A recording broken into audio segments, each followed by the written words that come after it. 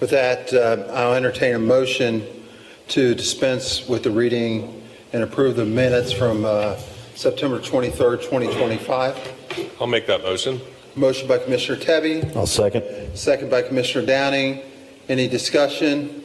All in favor, please say aye. Aye. Opposed?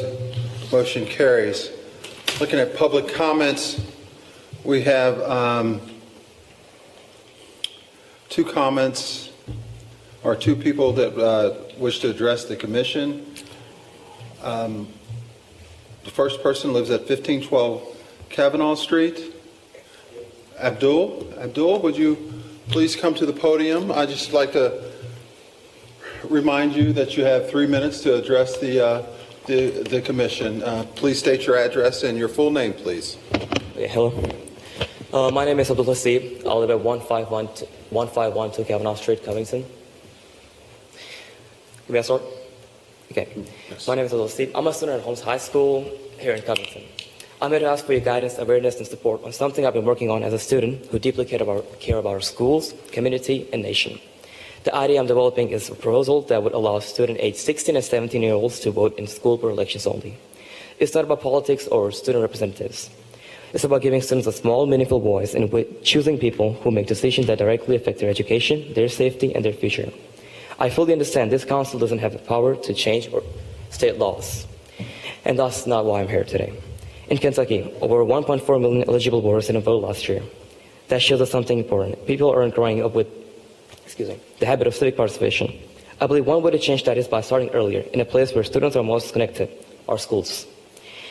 In cities like Tacoma Park and Maryland, where this idea has already been adopted, youth engagement and voter participation have increased, and students feel more connected to the community.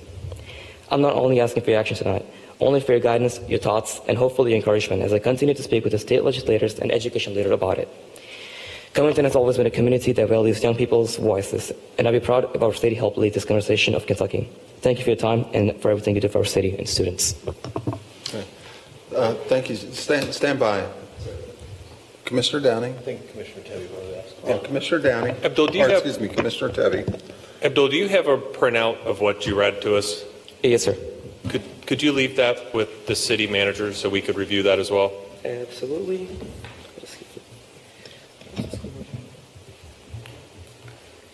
And I apologize. Your youthful energy and my old ears are not a good mix. If you could, in just to top line it for us, what is your request of us? So I'm looking for your guidance, support, and awareness before I meet any state legislator and educators about it. All right. Yeah. Thank you. We'll take a look. And is your email address on your communication? Yes, sir. Thank you. Thank you. Thank you, sir. Seeing no other questions, next speaker is Ms. Brosmer. Please state your name and address and how long you lived in Covington and all that stuff. Michael Brosmore, 118 Shriver Street, Covington, Kentucky. First, before I start all this, I want to thank all you guys for taking time out of your day and lives to do what you do. And for the heads of the department, you guys do a great job. Okay, here we go. 12th Street. Let's just start with what's happened, and I know you have no control over it now, but there is traffic going down residential streets more often. Garrett Street's become a thoroughfare.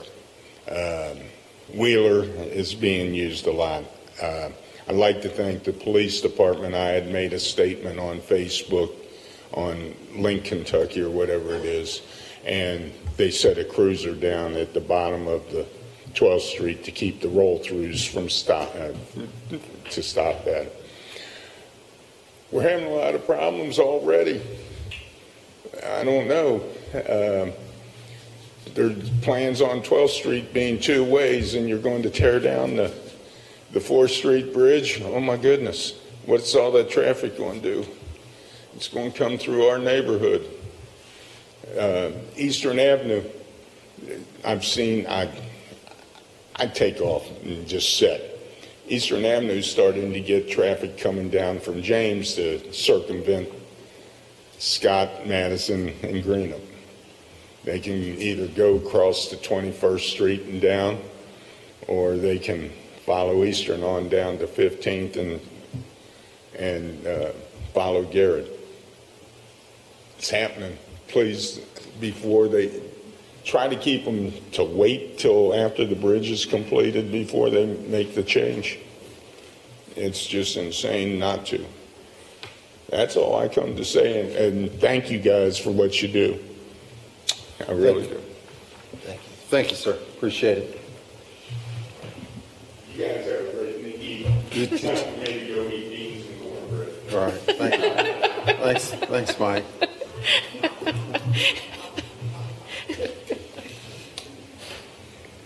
I feel like that's how we should end all of the public comments from this point forward. Exactly. That concludes our public comment section of the agenda. Now for presentations, community paramedic.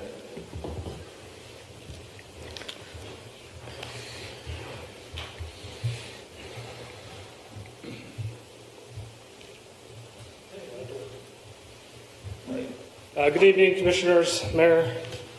Thank you for giving us the opportunity to present what we are doing in the fire department with community paramedicine.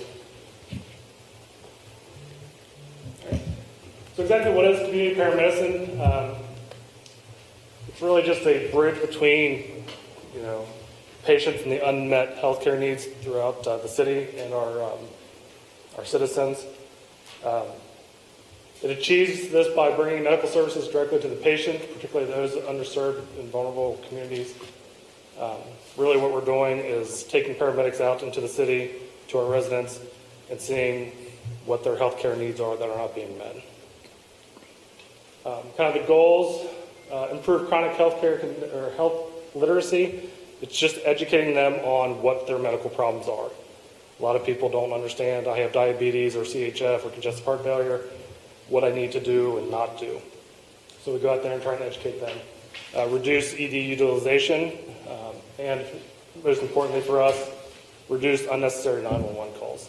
Try and get to the root cause of what's going on with them and solving those problems so they're not calling an ambulance to go to the hospital for a runny nose or something.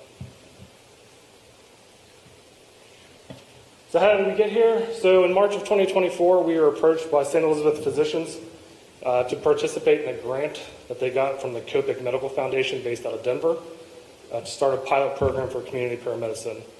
They approached the city of Covington and the city of Florence to participate. After a lot of planning and meetings and research with other departments throughout the state, we started on April 1st of 2025. So we saw our first patient. And unfortunately, the pilot program ends at the end of this month. So kind of what we do during a visit, obviously we visit them in their homes, which is, that way they don't need to transport anywhere. The biggest thing is the social determinants of health assessment that we do.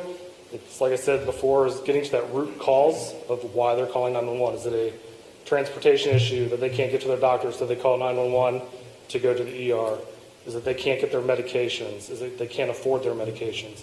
So really diving into the root cause of why they're utilizing 911 and the EDs as their primary care. And then reintroducing them into their primary care. Trying to set up appointments for them, make sure they have transportation to get to their doctor's appointments, and they're actually following up on the things that the doctors have told them to do. So it's kind of an overview. We'll sit here and talk and bore you guys. So as of April 1st through October 6th, we had 47 total patients enrolled in the program with 184 patient visits. A typical visit, we'll see a patient 1 day a week for 4 weeks. If they require more services, then we'll extend that on until all their services and needs are met. I think the longest one we've had was 8 weeks. So the total interventions we've had in that time period is 345. I won't read all of those to you, but they're going out there and they're getting food for patients that can't afford food. So we have food boxes from the free store at the firehouse that we will distribute to those patients. Also, we do home safety visits while we're there. We'll check to make sure their smoke detectors are working. If they need carbon monoxide detectors, we provide those through the fire department. Transportation is another thing. If they need help getting to places, to their doctor's appointments, we'll set up transportation for them through St. Elizabeth and their partners.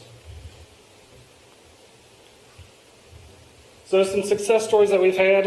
I've only listed 2. We've had several, but this was our very first patient that we saw on August 1st. She had a lot of medical needs. The biggest one was she couldn't get her nitroglycerin for her chest pain. So she would get chest pain, she would call the ambulance, they would take her to the hospital, treat her, and then send her back home. So we were able to get her nitroglycerin prescription, which helped prevent unnecessary 911 calls. She took her medicine, chest pain went away, she was fine. We were able to set her up with some insurance. She was having some insurance problems, so the social workers from Sandy were able to help her with getting her insurance. We got her some medical transportation secured for her doctor's visits. One of the biggest things she had was she had a very large wheelchair, motorized wheelchair, that she had problems navigating her apartment with. So we were able to help get a smaller wheelchair for her apartment so she could navigate her apartment a little bit better, and it would fit in the medical transportation vans that she needed. She also had an adult child that had special needs, that she had a lot of anxiety over trying to care for her when she was disabled herself. So we were able to get her set up with adult daycare. So someone would come into the house and help her care for her adult child. And some safety stuff for her in her bed so she would quit falling out of bed. This is probably the biggest success story we've had. We had a gentleman in the prior 6 months to community paramedicine starting called 100 times to be transported to the emergency department. A lot of things were just falls. He had some chronic back pain, difficulty walking. So we were able to get him a wheelchair to help prevent falls. Every time he would go to the ER, they would try and convince him that he needed to be in long-term care. He was adamant that he did not want to go into long-term care. But after our first visit, we spent about 2.5 hours with him. And between St. Elizabeth care coordinators and their inpatient care coordinators, were able to convince him that he needed to be in long-term care, and he agreed. So our call volume went from 100 times in 6 months to about 0. I think we picked him up once after that. But that's probably the biggest success story we've had. This guy is doing wonderful now. He loves being in long-term care. He's got friends now. He was pretty lonely where he was. So it's fantastic. So the initial impacts we've had. So 30 days prior to community paramedicine starting, those 47 patients we had accounted for 46 ED visits and transports by 911. After the implementation and us visiting them, that dropped to 15, which was a 67% reduction in 911 usage just for the small population we had in the pilot program. So this is just kind of a picture of some of the team members that we have. A lot of this was training prior to us going live. We did a lot of sim training with Sandy just to make sure all the processes we had in place were working correctly. And then this is the team that helps us do what we do. It takes a lot of people to help schedule and organize. St. Elizabeth has been great in doing all this and helping us with it. So it's just kind of a high overview of what we've been doing. Unfortunately, like I said, it ends in 2 weeks. So that's it. Questions from the body? Commissioner Ackery. Yeah, Chief, is there a chance that you'll get, excuse me, another grant to carry this program on? And if not, do you know what it costs to do this 6-month pilot? So we are hopeful that we applied for the Butler Foundation grant back in, a couple weeks ago. We should know a result of that mid-November. Hopefully we get it so we can continue. If we do get it, we'll start back up in January 1st and run through the end of the year. If we don't get the grant, I'm not exactly sure what we're going to do yet. The grant we got through Covington Foundation was for $175,000. That was able to provide 2 part-time paramedics for the city of Florence and 2 part-time paramedics for the city of Covington. So roughly half of that. Mm-hmm. Thank you. So You know, regarding this, a couple things come to mind. One of them is, the police department has a community liaison unit. City Hall now has a community person. Just as make sure everybody's talking to each other. So I know that the community liaison and the police department's supposed to meet. I think it's important that your team's involved in that. Also, we're bringing on social workers. So we're trying to provide all types of resources, to our community. And I think it's important that all of our social service agencies within our city governments talking to each other. So is there any discussion with St. Elizabeth as far as it seems like to me that this is probably a reduction for them also, to take your case study.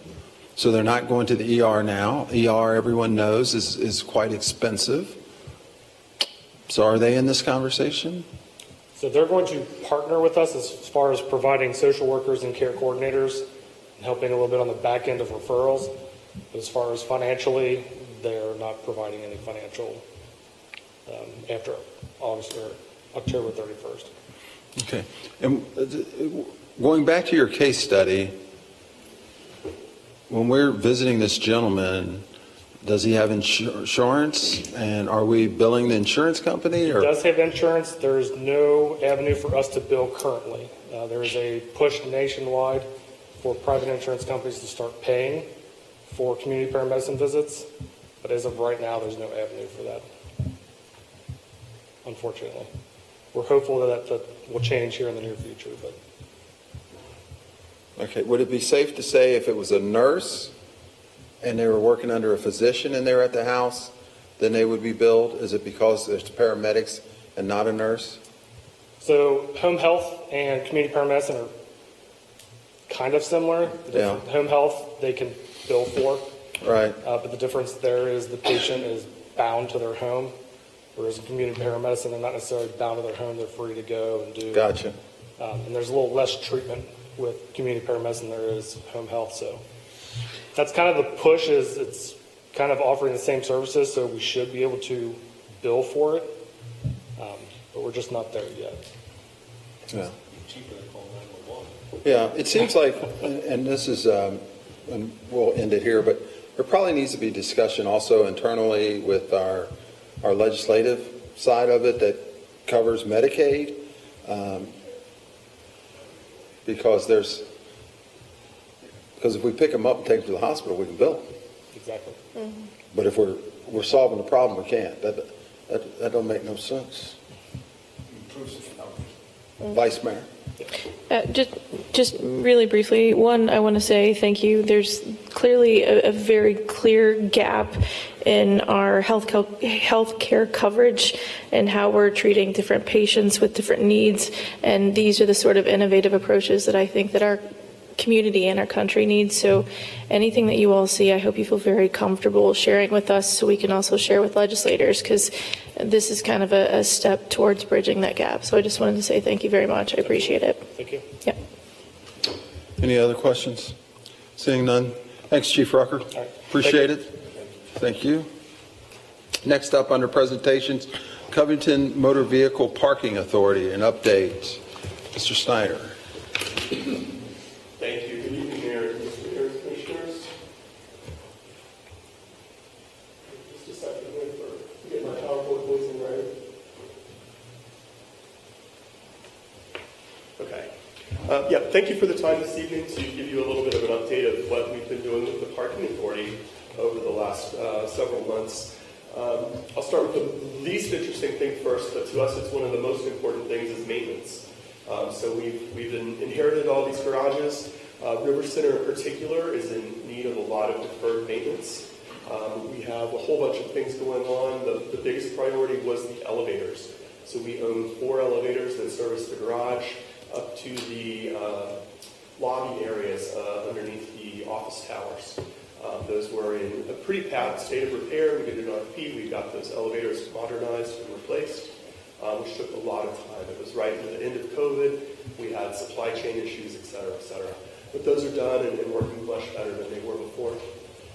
Part of that was the fire system as well. Those elevators open to public spaces that are maintained by corporates on a different fire system, so we had to figure out how to make those work together. We've also been replacing a lot of pipe and sprinkler heads and control panels, etc., to keep that building both working and safe for our parking public there at River Center to help keeping that part of our economy plugged away. We've been doing slab sealing, which I don't know if has happened before, but we're applying a penetrating epoxy to the surface of the slabs that helps keep water from moving through them and deteriorating. And we do have that happening in a few places. We have a contract out for an engineering firm to do a study that we can go to RFP to replace some of the failing concrete that we have. Nothing structural or really scary at this point, but it needs to be addressed. And paint, something simple as paint. We're working to get the rusting stairwells painted and looking nicer, and then hopefully more paint to make it more aesthetically pleasing as we go along. We have other assets that need help as well. It's unbelievable how much signage, I'm sure Public Works can tell you how much work it is to get signage out that spells out what the parking is. As well as Midtown Garage has needed fire system upgrades as well. And we've been doing a fair amount of paving, replacing the sealant on some of the lots, and a couple have been ground out and repaved. Just this week, we repaired and sealed the lot on 7th Street between Scott and Madison, which was much needed, as the pressure there is going to increase with Spark House opening, so we'll have a lot more demand for that lot. We really get it done before it was fully in use. We have a contract to seal the little lot that we have at the Persian lot just east of Main Street that will come up again as we talk a little bit more. We've also done some landscaping. We've taken over the work that Public Works have done for years. You don't know what you don't know, so some of it, we got a little behind on, but we've caught up. We've also replaced or added about a dozen trees that were in tree wells within parking lots that were missing for years. So we're plugging away at a lot of those maintenance things. We've also replaced all the parking meters in the city. Right now we have 443 new parking meters that are, they take credit cards and change both. And they have solar panels on board that help recharge the batteries. The 15-minute free button, so that you would have to get out, push the button to get your 15 minutes free to pop in and get a coffee or a bag of screws, is now automatic on a sensor. That took a little bit of time to get those dialed in and working correctly, but I think we're getting pretty close. We're looking at maybe using those to do some other things in the city, smart loading zones, so that it's much easier to enforce if someone's been in a loading zone for an hour and a half, not 15 minutes. We've seen a lot more folks using those, so the revenue from parking meters directly has increased, but I think it's compliance. It's a lot easier to swipe your credit card in the meter than dig for change or go find the app. So that was one of the things that the vendor promised and it actually delivered, so we're very happy with that. License plate reader tech. We've had the license plate reader car for a little over a year. We're using it now primarily for enforcement of our parking lots. So we went from a hang tag or a sticker in parking lots in the Big River residential area to license plates in a database, and then those are compared with the reader car. That's a lot of efficiency for those things. That's the low-hanging fruit.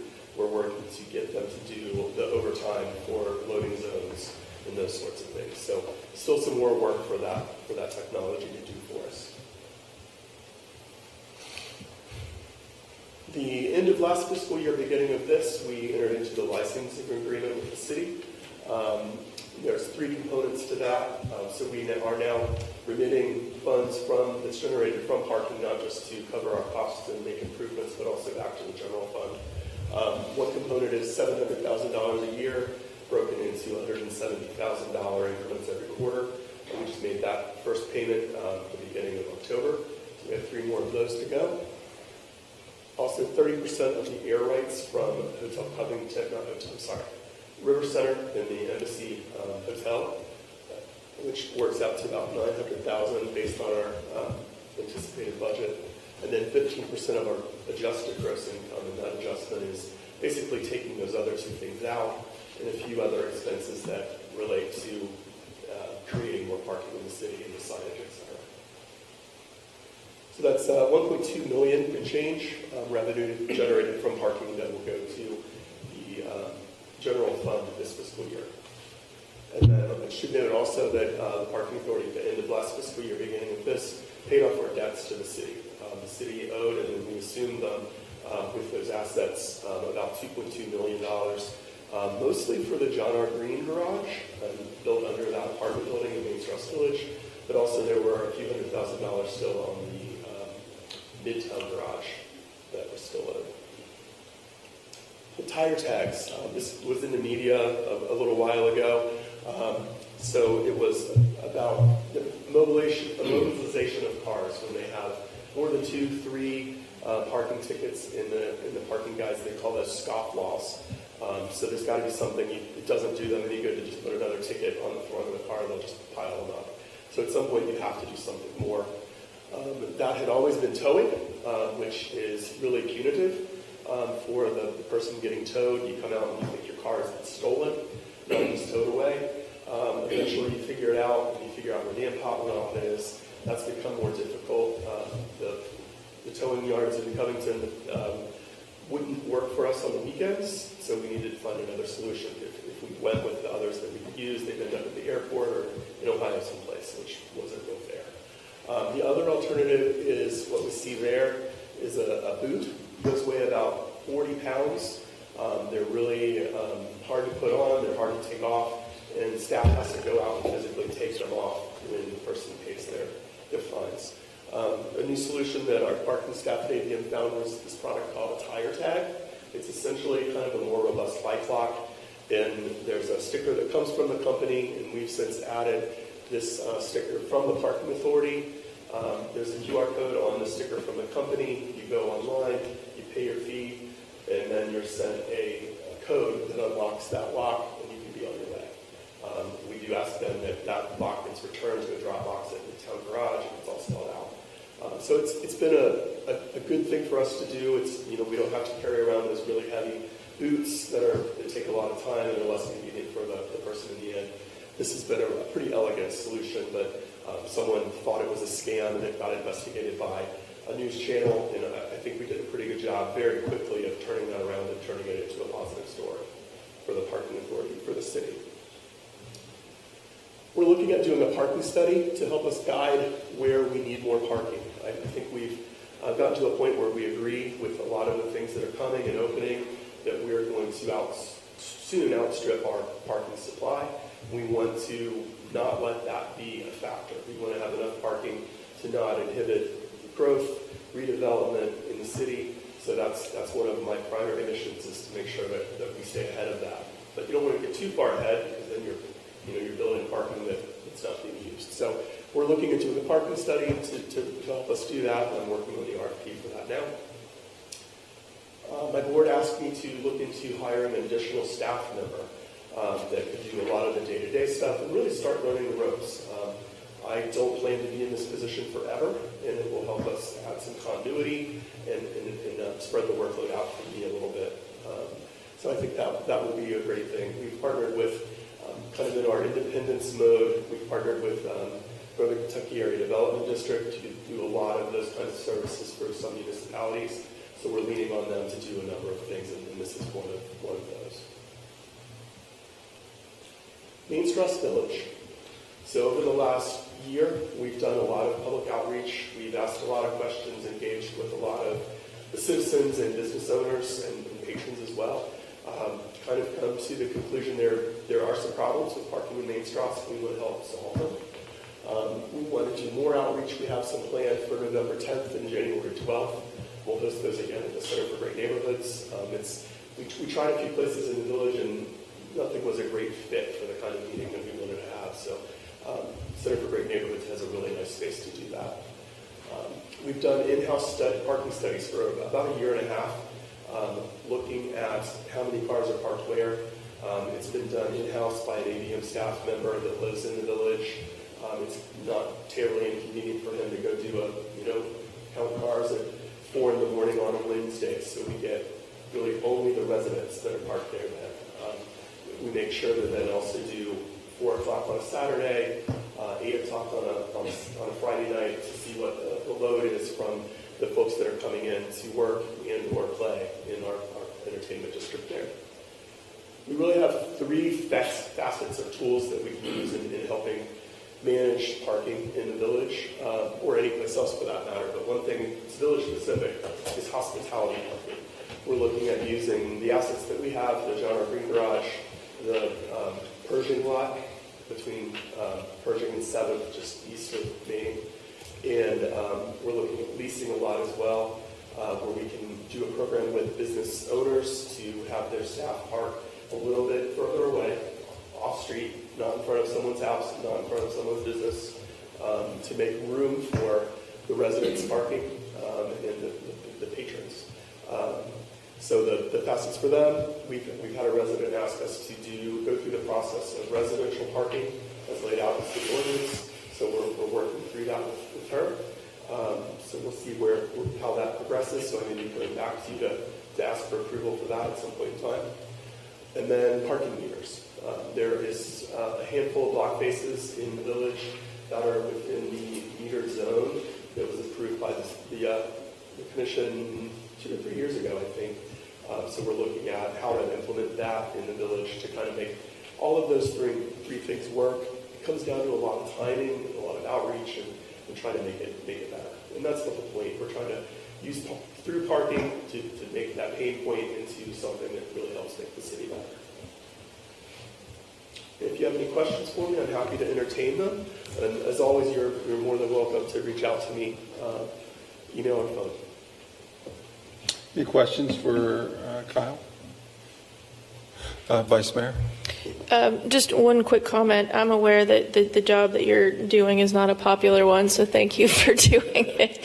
The second thing, I just want to make a quick note, particularly in Main Strasse, because I work with a lot of the businesses, and I particularly am there quite often. I can tell you that a lot of them have beer drop-offs or product drop-offs, and they're there along with our fire trucks in the intersection, which is understandable, but I think there's some confusion about where you can and can't park there, and some of our small business owners have gotten ticketed for being there, same spot for 5 minutes, just for moving things upstairs and coming back to the cars. So just some continuity between that and a little clarity, and that's it. But otherwise, you have a thankless job, and I do appreciate that you're doing it and you are seeing. Just want to let you know that. So thank you. Thank you so much. Yeah. We are going to continue to work with Public Works on, in signage and paint that will help make the rules clear. And, it's sort of in the Wild West in Main Strasse Village for parking for some time. So it's kind of trying to get control of things a little bit. And that is one of the things as we're looking at the loading zones and how those can work better. Parking meters will help serve that purpose with the 15-minute free and trying to manage how many cars are on the street. Hopefully there'll be open parking at meters more often with the 15 minutes free for that pickup drop-off. And that's an important component of it. Which would just be incredible, because I know that there's been sometimes frustration because the folks that are bringing beer in versus toys or something else are getting different sort of treatment. Right. And I just want to make sure that we're across the board being really clear about how we're enforcing things. So. Actually, the ABM does very little enforcement in the village because we don't have any paid parking really there to enforce except for the John R. Green building. So most of that enforcement of too close to a hydrant or whatever is done by PD, traffic, and the cadets. Okay. And how much communication do you have with PD over these sorts of expectations? With traffic, very, very good, daily. Okay. Up the command chain that we did fall down a little bit with the tire tag. We mentioned it to traffic, and it didn't go any further than that. So we're working on, working on making that communication a stronger link. Okay, awesome. Yeah. Those are the only questions I had. Thank you again. Thank you. Appreciate it. Debbie. Sorry. First, like Vice Mayor Smith said, thank you for all you're doing. Out within the community, I've sat through the 2 sessions you had for public input in the Main Strasse area. One of the questions I had, you already answered. Thank you for rebranding the sticker with the city's parking authority's logo that's going on people's cars. But in one of the conversations, and I think it was the first one at Leaping Lizard where it came up about putting lines on the ground, Yeah. and you made a comment that it will actually reduce the number of spaces. From my understanding, some lines have been painted down in Yes. So there were always lines on Main Street and 6th Street, as long as I can remember. Okay. Those were repaved recently by a contractor for KYTC, as that is a state route. They didn't put them back for a long time, and we took it upon ourselves to do that in the areas that we feel could someday be metered. And in the residential areas, our residents are very, very good at parallel parking. Our patrons that come to shop and dine, not so much always. So it makes sense for us to have those stripes in those places, and it just made sense. And we took it upon ourselves to do that as part of this process in Main Strauss Village. Well, thank so you. we had a contractor do that for us. Thank you for that. Just one last question. I know there was a lot of conversation from residents around the resident-only parking, and you mentioned, so is the one person the only application? People have very strong feelings about that both ways. There's some people, as you know from going to those meetings, that are very, very adamant that, it's a sin, actually someone said, I believe, to do residential parking, what we've done to Licking Riverside. I don't know. A lot said in those meetings. People feel very strongly about it both ways. People are more okay with the meters, I think, than they are. So I'm trying to do public outreach and understand where those folks are coming from and try and meet them halfway. That's why I want to go through this in sort of an iterative process and make a change, see how it affects things. The way that ordinance is written right now with residential parking, it kind of makes me do a plan more so than I would like to.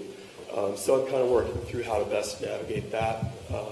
And I don't have all the answers yet, but I'm continuing to do outreach. And our first step is really to get that entertainment staff parking program rolling, and that'll take, I'm hoping 40 to 60 cars off the street before we do anything else. So we'll see a big drop in parking pressure before we do anything to mess it up. So I'm trying to do all, balance the interests and to go through the process. We appreciate all what you're doing. Thank you. Any other questions? Commissioner Downing? Just two, and they're more for follow-ups. One, I think it's usually it's good to have a reminder of where our parking enforcement is placed. If you could, sometime over the next month or so, you could just send the commission and remind us which areas are part of your authority. As you mentioned in Main Strasse, we have a lot of private entities that enforce parking. Residents will call up and complain about ABM giving them a ticket, and the city's da-da-da-da, and I'm like, that's not our lot. Right. So just that way we have that as a quick reference, Sure. that would be very helpful. Absolutely. The other is around, and I can't remember what you called it. Did you call them tire tags, like the bike locks Yes. things? Yeah. When you have the time over the course of the next month or so, I'd be interested in having you send the commission kind of the details around the efficacy of that program. There's no doubt that I have, but I want to make sure that we understand it because as residents encountered that one particularly louder incident, it drew attention. And so when residents ask us questions, we can't punt and go, hey, you should ask the parking authority that. They want to understand from us. Sure. So understanding things like, okay, how many are we actually placing on vehicles? What's the return rate on those? This is an elegant solution, as you said. Like, help us understand what the pain points we were experiencing before that we're no longer experiencing now. Just that way we have the education necessary to be able to talk with members of the public when they answer. Thank you. Okay, we'll do. Yeah, and I see the tire tags as just use the same function as towing or a boot, just a different tool. But absolutely, I'm more than willing to, happy to share all of that. Any other questions from the body? Seeing none, thank you, sir. Thank you. Appreciate it. Next order of business, Madam City Manager. Thank you, Mayor. I have three things to update you on today. One is that our common consumption area public hearing is next Tuesday, October 21st at City Hall at 6 p.m. and we welcome anybody that has an opinion about it to please attend the meeting. Again, this is the common consumption area. People know it as DOTA and lots of other terms, but just want to make sure everybody is aware of that. The second thing I wanted to share is that the city has been awarded some funding from OKI for paving of Pike Street. It's about $244,000, and there's a 20% match. It's a repaving pilot program that OKI instituted, and we will be getting those funds in fiscal year 27. The last thing I wanted to say is really thank our residents and visitors for their patience as we work through the two-way conversion for Greenup Street. We've put out some information about Scott Street, the milling and paving, and then the conversion to the two-way is anticipated to be this Friday. So we're keeping a tab on that schedule, and we are also proactively taking some steps to do a couple of things. Just so you know, we will put out some more communication on social media tomorrow with an update on the project, so our residents are aware about the schedule. Public Works has been working on signage. We know cross streets were a little bit of a challenge.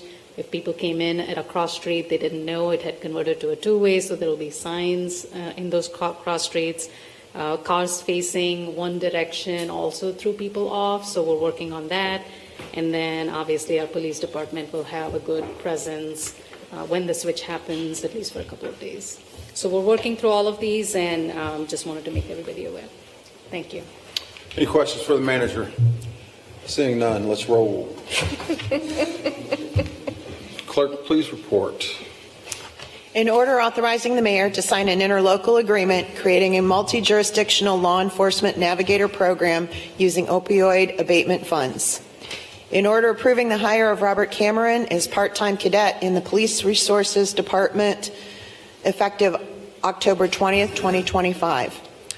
In order authorizing the mayor to sign a contract peace officer agreement with Jacob No. In order authorizing the mayor to sign a contract peace officer agreement with William Kelly. In order authorizing the mayor to sign a contract peace officer agreement with Fudakan Hompolthachek. In order authorizing the release of certain mortgages and encumbrances between the City of Covington and Academy Flats Senior Housing LP. In order authorizing the release of a mortgage in the amount of $193,000 between the City of Covington and Eastside Revitalization 1 IP LP. In order authorizing the mayor to execute a stakeholder agreement with the University of Kentucky Research Foundation on behalf of the Kentucky Small Business Development Center.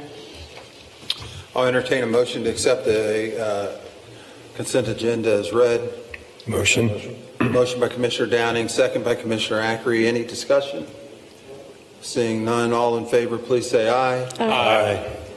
Opposed, motion carries. Madam Clerk.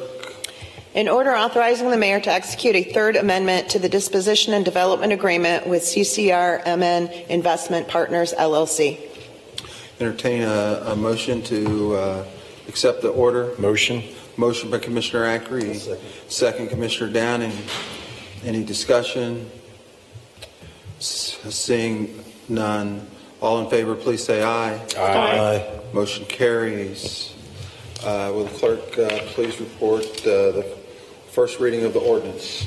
An ordinance enacting and creating the Covington Transportation Improvement District, TID, as authorized by KRS 184.350 to 184.395.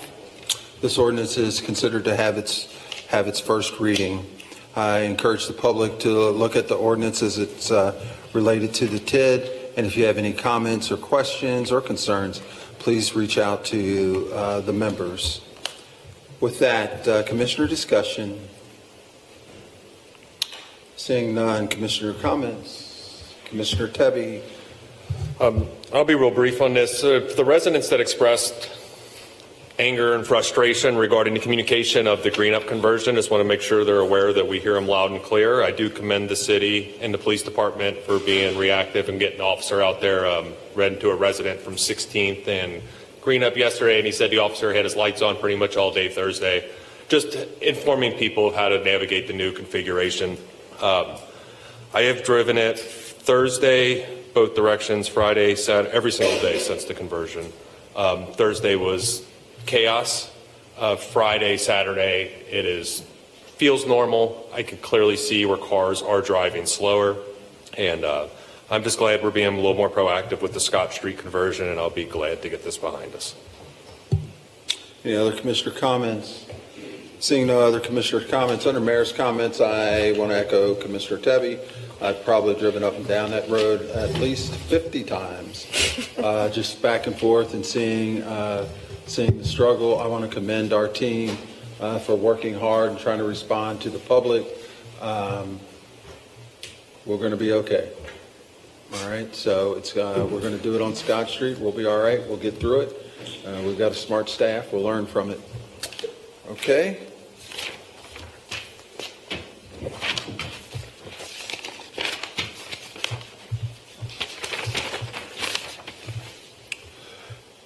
Can I have a motion for the commission to go into executive session pursuant to KRS 61.8101, subsection C, for the purpose of discussing proposed or pending litigation involving the city? I'll make that motion. Motion by Downing. Second. I'll second. Second Smith. Any discussion? All in favor, please say aye. Aye. Motion carries. With that, we will take a recess where we're going into executive session. And upon conclusion of the executive session, we expect staff we will not be coming back into regular session. Staff can go home. Thank you, everyone. Good night. They pause like.